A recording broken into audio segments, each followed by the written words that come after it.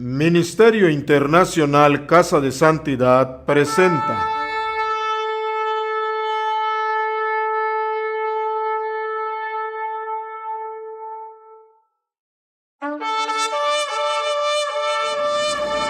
Shabbat Shalom. Bienvenidos, hoy es viernes 22 de julio. En el calendario de Jehová estamos a 18 de Tamuz del año 5776 y la porción de esta noche se llama Balak. La lectura es de Números 22:1 a Números 25:9. Números 22:1 a Números 25:9. La porción en la que nos vamos a concentrar esta noche está en Números 23, del versículo 16 al 20. Números 23, del 16 al 20. Y Jehová salió al encuentro de Balaam y puso palabra en su boca, y le dijo: vuelve a Balac y dile así. Y vino a él, y he aquí que él estaba junto a su holocausto, y con él los príncipes de Moab, y le dijo Balac: ¿qué ha dicho Jehová? Entonces él tomó su parábola y dijo: Balac, levántate y oye, escucha mis palabras, hijo de Zippor. Dios no es hombre para que mienta, ni hijo de hombre para que se arrepienta. Él dijo y no hará, habló y no lo ejecutará. He aquí he recibido orden de bendecir, él dio bendición y no podré, ¿qué dice? Revocarla. Entonces el principio bíblico que vamos a estudiar esta noche es el siguiente: Yahweh Dios no rompe su palabra. Yahweh Dios no rompe su palabra.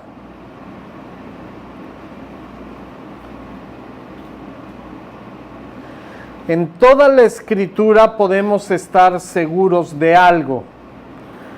Cada palabra expresada por Dios no puede ser revocada ni cambiada, porque es palabra de Jehová. Entonces el principio que vamos a ver esta noche es muy importante. Vamos a ver a través de la Escritura que todo lo que Dios estableció sigue vigente y se va a cumplir hasta la última coma o hasta la letra más pequeña de la Escritura. En la porción que leímos, si gustan poner atención especialmente al versículo 19, Balaam le contestó y le reveló a Balac algo muy importante. Dice: Dios no es hombre para que mienta. De Dios no puede provenir mentira alguna. Y también le dijo algo más importante. Dice: Jehová no es hijo de hombre para que se arrepienta. Entonces la Escritura nos revela algo muy, muy interesante. Todo lo que Dios estableció no puede ser cambiado.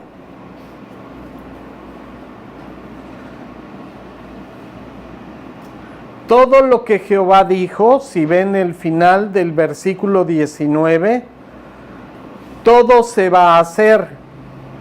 Y todo lo que habló Jehová, todo va a terminar finalmente ejecutándose tal y como Él lo estableció.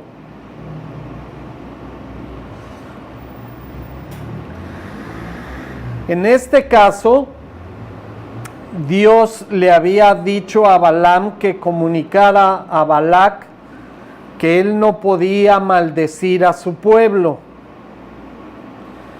que no había hallado en ellos nada que los acusara y que todo lo que salió de la boca de Jehová fue bendición.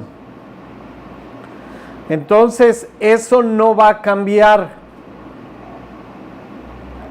Obviamente, Jehová Dios castiga el pecado, castiga a los rebeldes y les permite que pasen por momentos difíciles para arrepentimiento, pero de ninguna manera Él puede maldecir a su pueblo. Cada persona que vive en pecado va a pagar las consecuencias, pero no por eso puede maldecir a su pueblo de ninguna manera. Todo aquel que obedezca la voluntad de Dios va a ser salvo, y todo el que desobedezca va a tener que enfrentar el juicio final. Pero Jehová jamás va a poder maldecir a su pueblo. Entonces, vamos a ver dónde se origina esta promesa de Jehová, porque todo lo que vemos en la Escritura tiene su explicación precisamente en la misma Escritura. Entonces vamos a Génesis 12, versículos del 1 al 3.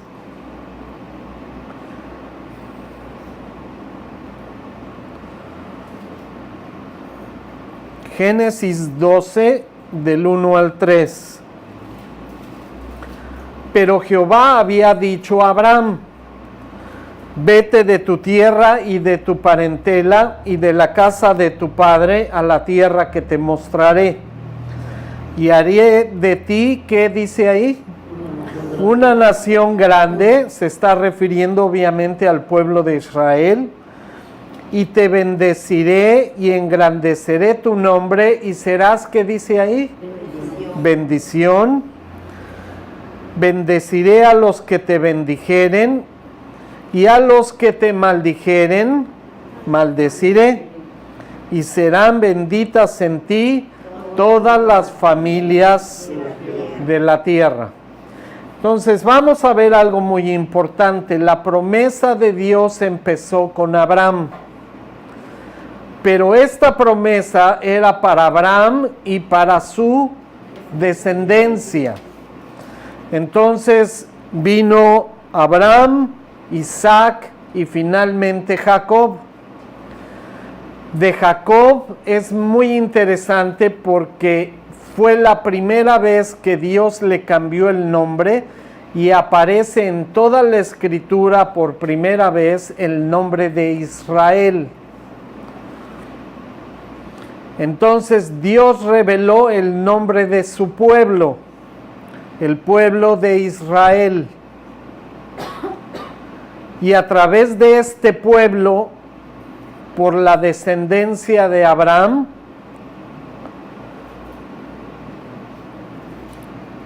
Dios continuó la bendición a través del pueblo de Israel, pero era, como pueden ver en esta porción de la Escritura, para todas las familias de la tierra.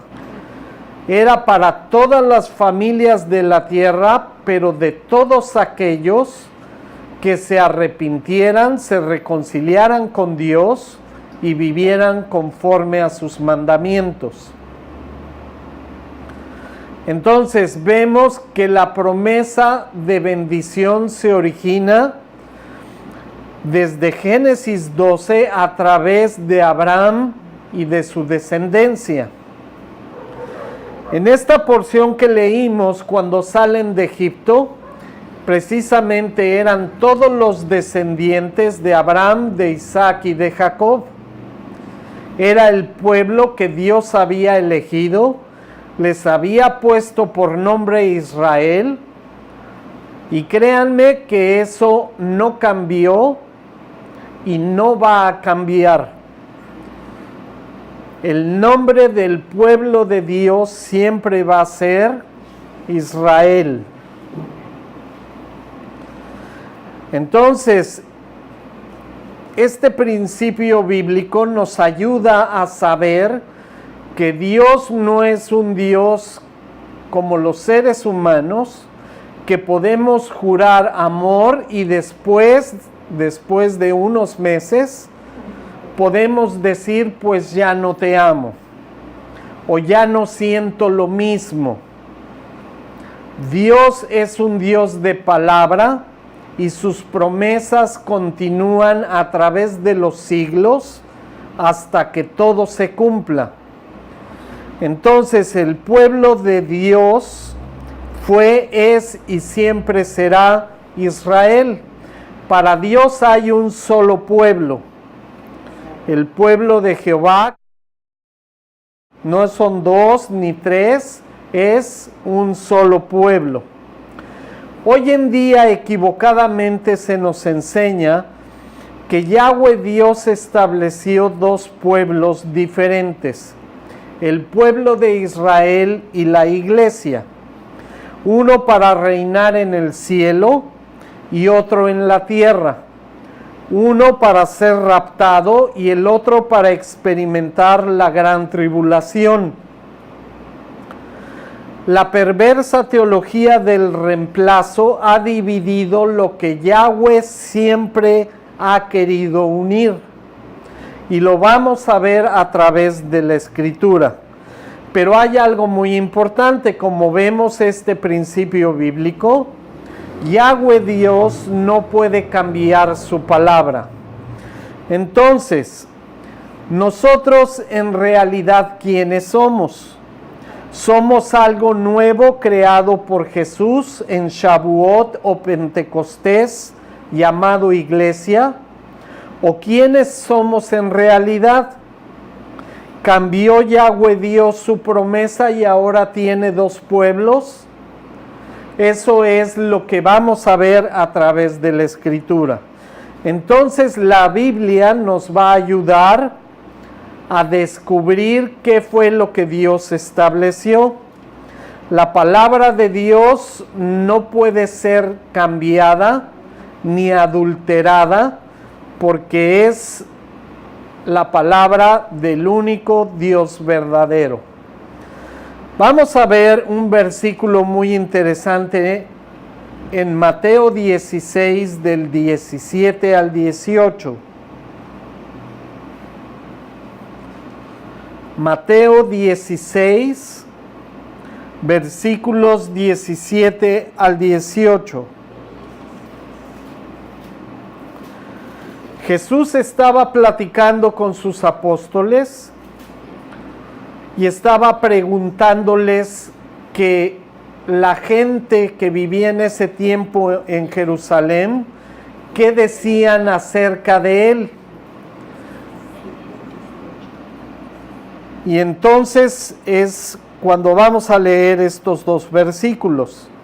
Entonces le respondió Jesús: Bienaventurado eres, Simón, hijo de Jonás, porque no te lo reveló carne ni sangre, sino mi Padre que está en los cielos.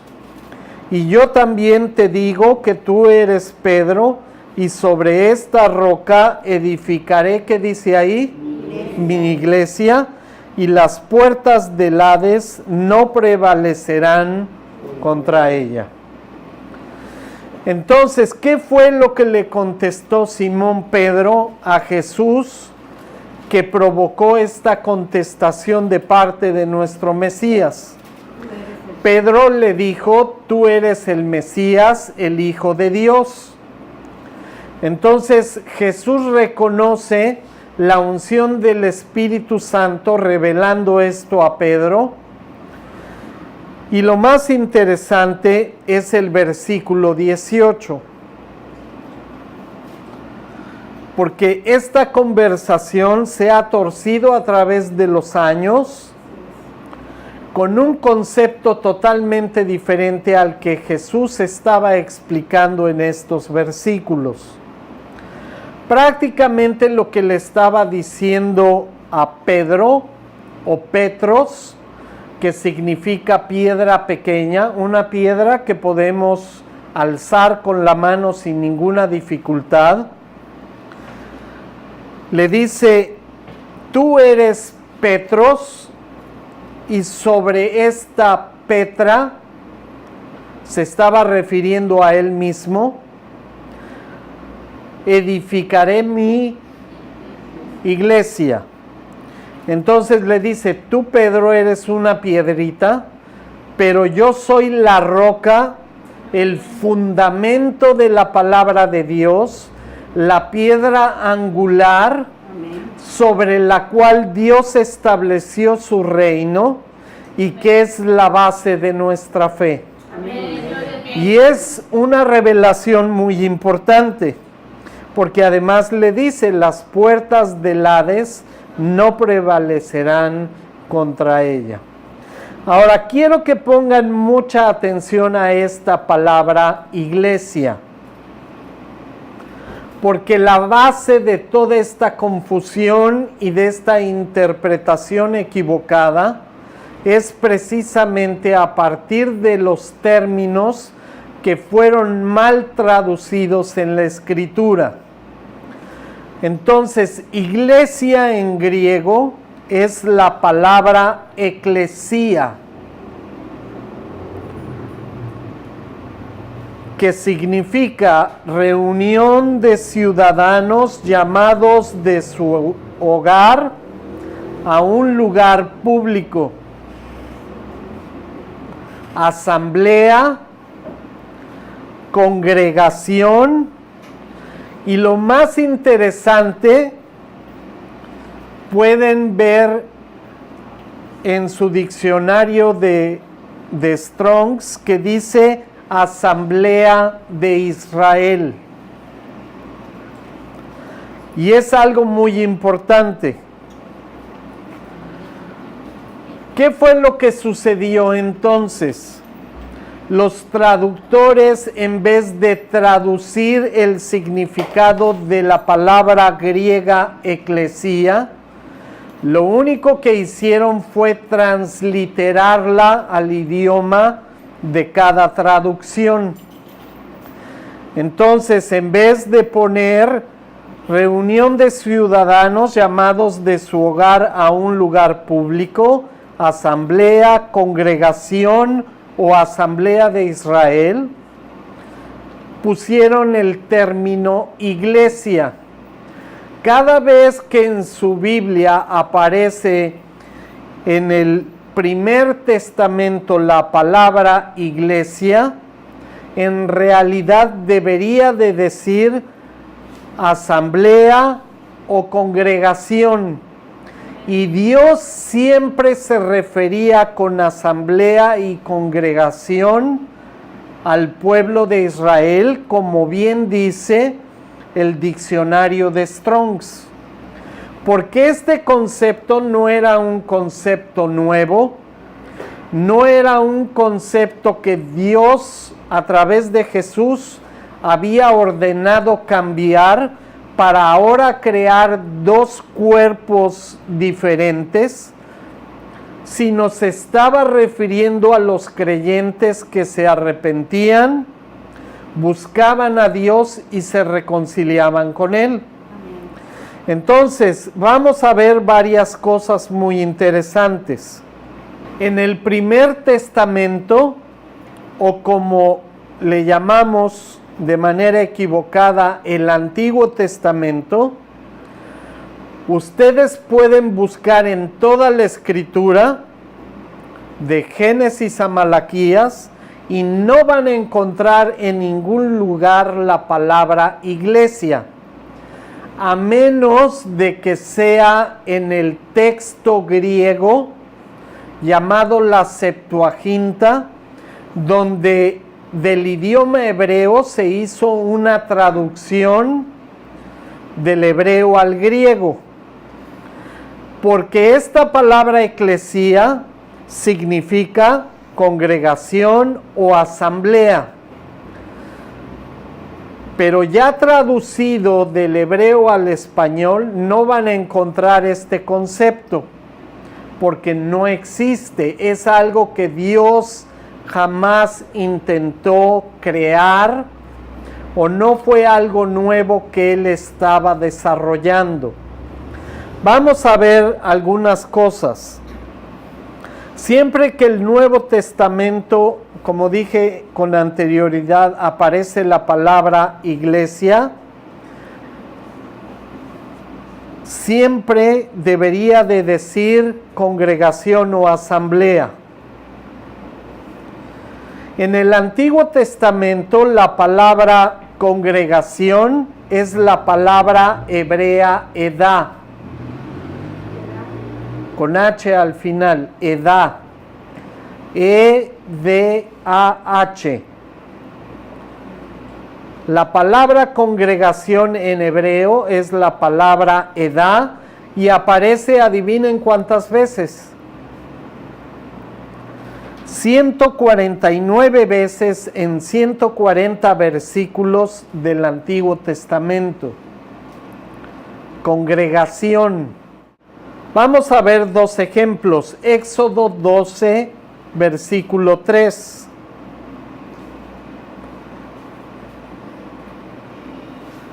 Ahora, como acto de magia, vamos a ver la palabra eclesía bien traducida, que sí aparece por todos lados en el texto hebreo del Antiguo Testamento. Éxodo 12:3, hablad a toda la congregación de Israel diciendo, en el 10 de este mes tómese cada uno un cordero según las familias de los padres, un cordero por familia. Y ven que la traducción es correcta, es la palabra edá y dice congregación de Israel. Salmo 111, versículo 1. Salmos 111, versículo 1. Alabaré a Jehová con todo el corazón en la compañía, ¿y qué dice ahí? Y congregación de los rectos. Nuevamente la palabra edá, que significa congregación. ¿Quiénes eran la congregación de los rectos? Todos los israelitas, pero que obedecían la palabra de Dios. Toda persona que vivía en pecado era inmediatamente separado de la presencia de Jehová y tenía que arrepentirse y reconciliarse con Dios para poderse reincorporar nuevamente a la congregación. Entonces vemos que la palabra congregación o edá en hebreo aparece 149 veces en 140 versículos de la Tanaj o el Primer Testamento, al cual conocemos como el Antiguo Testamento. Ahora la palabra asamblea. La palabra asamblea es la palabra hebrea kahal, que aparece 123 veces en 116 versículos de la Biblia. Asamblea, 123 veces en 116 versículos entre el Antiguo y el Nuevo Testamento. Deuteronomio 9:10.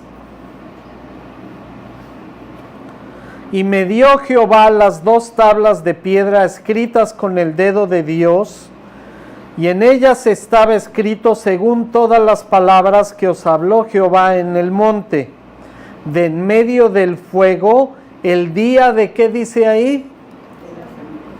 El día que todo el pueblo se reunió, que hicieron una asamblea para escuchar la palabra de Dios. Asamblea o cajal, Esdras 10 del 11 al 12. Esdras 10 del 11 al 12.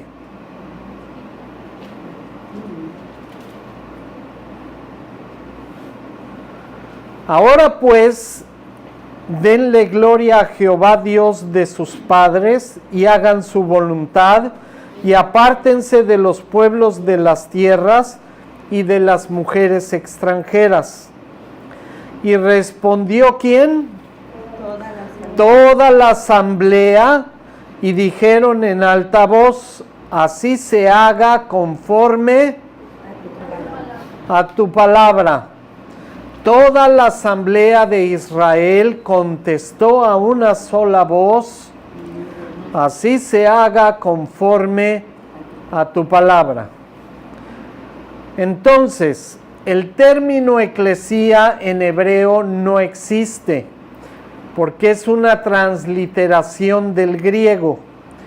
Pero la traducción de este concepto es muy importante y aparece en toda la Biblia, porque significa asamblea o congregación. Y cuando los buscamos estos dos conceptos en el Antiguo Testamento, van a ver que están en todo lugar de la Escritura, por todos lados, desde Génesis hasta Malaquías, pero también de Mateo a Apocalipsis. Yo les aconsejo que en sus casas estudien todo el capítulo 15. Por falta de tiempo no lo podemos ver completo, pero escuchen lo que va a decir el mismo Simón Pedro acerca de los gentiles. Hechos 15, 14 al 17. Simón ha contado cómo Dios visitó por primera vez a los gentiles para tomarse de ellos, ¿qué dice ahí? Pueblo para su nombre. Y con esto concuerdan las palabras de ¿quiénes? De los profetas. ¿Dónde se encuentran los libros de los profetas? En el Antiguo Testamento. Dice como está escrito: después de esto volveré y reedificaré el tabernáculo de ¿quién? De David, que está caído, y repararé sus ruinas y lo volveré a levantar para que el resto de los hombres busque al Señor y todos los ¿quiénes? Y todos los gentiles sobre los cuales es invocado mi nombre. Jehová estaba explicando que tanto judíos como gentiles que invocaran su nombre iban a ser parte de ¿qué dice ahí? De su pueblo. Pero del único pueblo que Dios estableció. No hay dos pueblos diferentes. Hay un solo pueblo. Se llama ¿cómo? Israel.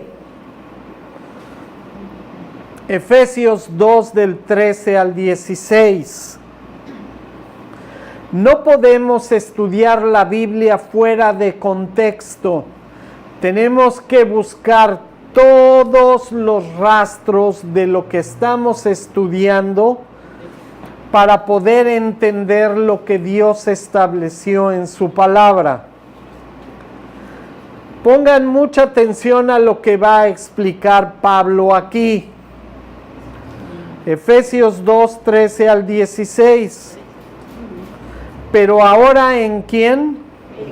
En Cristo Jesús, ustedes que en otro tiempo estaban lejos, han sido cercanos por la sangre del Mesías, de Cristo, porque Él es nuestro shalom, nuestra paz, que de ambos pueblos hizo dos. ¿Qué dice ahí? Que de ambos pueblos hizo ¿cuántos? Uno. Uno. Quiere decir que Dios agarró gentiles y judíos, israelitas, y Él siempre ha intentado juntarlos ¿en cuántos pueblos? Un solo pueblo, derribando la pared intermedia de separación, aboliendo en su carne las enemistades, la ley de los mandamientos expresados en ordenanzas, para crear en sí mismo de los dos, ¿cuántos? Un solo y nuevo, ¿qué dice ahí? Hombre, haciendo el shalom o la paz, y mediante la cruz reconciliar con Dios a ¿cuántos? A ambos. ¿En cuántos cuerpos? ¿Tres cuerpos? ¿Dos cuerpos? ¿Cuatro? En un solo cuerpo, matando en ella, ¿qué dice? Las enemistades. Dios desde el principio tenía la intención de formar un solo pueblo llamado ¿cómo? Israel, compuesto por gentiles e israelitas, que fueran un nuevo hombre unido por su fe en el único Dios verdadero, para gloria y honra de nuestro Padre. Eso fue lo que Dios estableció. Vean el versículo 11 y 12. Ahí mismo, en Efesios 2, vamos a regresar un poco a algunos versículos. Dice, por tanto, acuérdense de que en otro tiempo ustedes, ¿quiénes? Los gentiles, en cuanto a la carne, eran llamados incircuncisión por la llamada circuncisión hecha con mano en la carne. Incircuncisión gentiles, circuncisión israelitas. En aquel tiempo estaban sin quién, sin el Mesías, alejados de la ciudadanía de la iglesia. ¿De quién? Alejados de la ciudadanía de Israel y ajenos a los pactos de la promesa, sin esperanza y sin Dios en el mundo. Quiere decir que toda persona, sea judía o gentil, que estaba alejada de Dios, automáticamente estaba fuera, sin derecho a la presencia de Dios, sin esperanza y sin Dios en el mundo. Y lo único que hizo posible que fuéramos, ¿cuántos pueblos?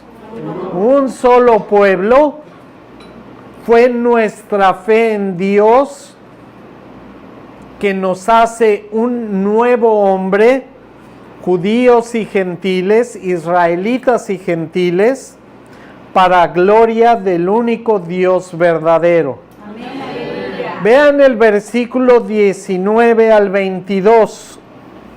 Ahí mismo, en Efesios 2, es muy importante lo que está enseñando Pablo en todo este capítulo.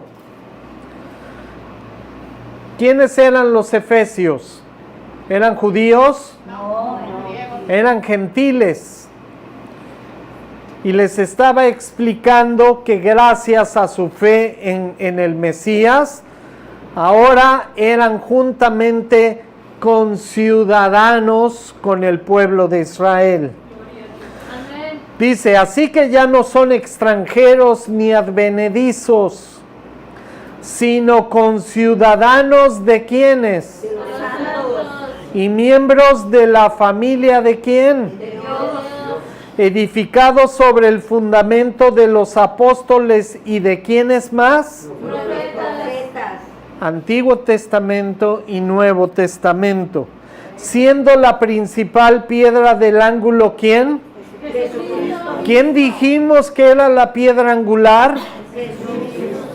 Teníamos a Petros, piedrita, y a Petra, que es la roca, Jesús el fundamento. Amén, gloria a Dios. Entonces dice, en quien todo el edificio bien coordenado, creciendo para ser un templo santo, ¿en quién? En el Señor, en quien ustedes también son juntamente edificados para morada de Dios, ¿en quién? En el Espíritu. ¿Cuántos pueblos? 3, 2, un solo pueblo. Romanos 11. Pero es muy importante lo que está enseñando Pablo ahora a las iglesias en Roma. De igual manera eran iglesias gentiles. Y Pablo estaba explicando algo muy importante. En general, el resumen es el siguiente. Los gentiles que somos el olivo silvestre, fuimos injertados en el olivo natural que somos Israel para ser, ¿cuántos pueblos? Un solo pueblo. ¿Qué significa injertado? ¿Han visto cómo hacen injertos en los árboles? Cortan una rama del árbol original y cortan la rama de otro árbol y la injertan en el árbol del cual cortaron la rama. Ahora, ¿qué pasa con esa rama que fue injertada? Ya no forma parte más del árbol de donde fue arrancada, porque ahora se nutre de la sábila del árbol en la cual se injertó. Entonces, ¿qué significa en general lo que está diciendo Pablo a la iglesia en Roma? Éramos gentiles, alejados de Dios, sin esperanza, sin Dios, y fuimos injertados en el olivo natural que se llama ¿cómo? Ya no somos el árbol que éramos antes, ahora somos parte del olivo natural. Ya somos parte del pueblo de Israel, para que juntos, israelitas y gentiles, seamos un solo pueblo. Y como ven, Dios lo estableció desde el principio. En los profetas Dios deja muy claro que en el futuro los gentiles que clamaran a Dios iban a ser parte de su pueblo, iban a formar una sola entidad llamada Israel. Iglesia significa congregación o asamblea. Busquen en el Antiguo Testamento todas las referencias a estas dos palabras. Son muchísimas, porque Dios siempre llamó a su pueblo congregación o asamblea. Cuando los traductores intentaron cambiar lo que Dios estableció para confundirnos, en vez de traducir la palabra eclesía, la transliteraron para poder justificar su teología del reemplazo y decir que somos dos entidades diferentes, que unos van a ir al cielo en el rapto y que parte del pueblo de Israel se va a quedar en la tierra para pasar la gran tribulación. Es mentira. Dios tenía la intención de formar un solo pueblo formado entre israelitas, descendientes de Abraham, Isaac y Jacob, y los gentiles que clamaran su nombre, se arrepintieran de sus pecados y se reconciliaran con Él. Amén. Que Dios los bendiga. Shabbat Shalom.